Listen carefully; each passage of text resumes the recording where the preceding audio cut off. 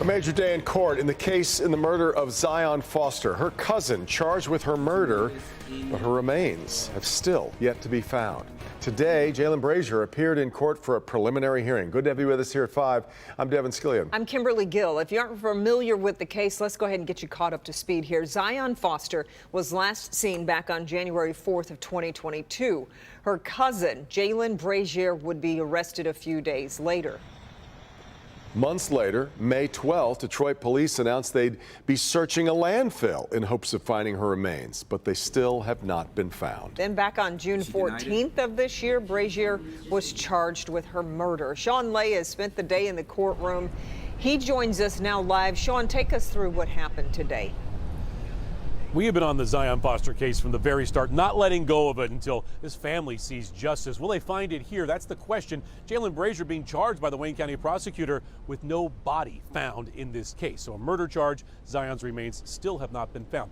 Very interesting hearing today because essentially the first witness that we heard from was Jaylin Brazier himself. He wasn't on the stand. He was on police body camera. They came to his house looking for Zion Foster. He had a lot to say. Take a look. How you doing, Mr. Brazier? Accused killer Jaylin Brazier was quiet and mild-mannered during today's huge hearing, but his voice loomed large. Prosecutors showing police body camera footage of Brazier in the early hours of Zion's disappearance. So I'm assuming she had to come this way because she hasn't been here before. So they're not being here.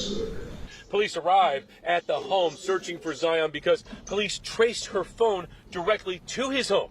Brazier can be heard trying to joke with the officers. He and his mother suggest more than once that Zion was likely with a boyfriend, not with Brazier. She gave us his address, but everybody else is saying she's our address and stressing. I'm like, bro, harassing the fuck out of me last night. Brazier later told police that Zion was with him, the two smoking marijuana together, and Brazier says Zion suddenly died. He panicked and says he threw her body in a dumpster. Months later, DPD made the move to search a landfill for Zion, but nothing was uncovered. In those early hours, however, with Zion gone, he told police he was not with Zion Foster. I don't know. It's a lot of weird shit going on. It was weird to meet that boyfriend is. Now in court, that police body camera, you could hear it a lot more clearly.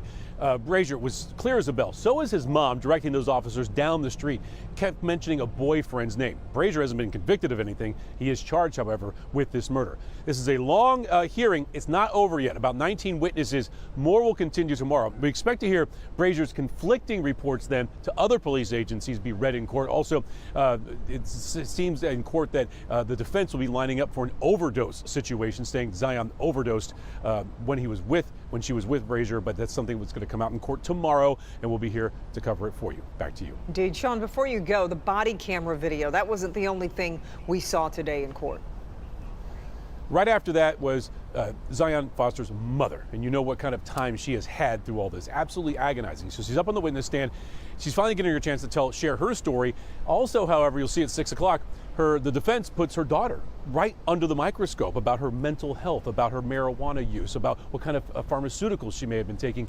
Really difficult for her there to answer those questions as well. Back to you. All right, we look forward to your report coming up at 6. Sean, thank you.